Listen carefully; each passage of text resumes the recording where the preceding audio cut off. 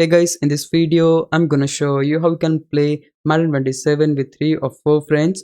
So there are two options. First, if you wanna play at your house, for that you'll need separate controller for your each friend. Then you just need to go to the option, this one, quick play. Select play now, and here you'll able to play with your friends at your house. Just select custom game, connect all of your controllers, and just right here you'll able to see all of your controllers, and basically you can play against each other, or you can also play with the same team. It is that easy.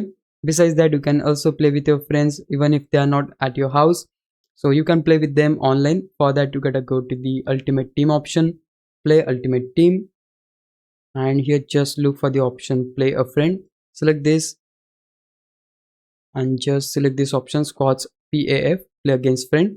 So if you select that, you will see window like this, and here you can simply press L1 or LB to play as duo, and again you can press L1 or LB to unlock full squad.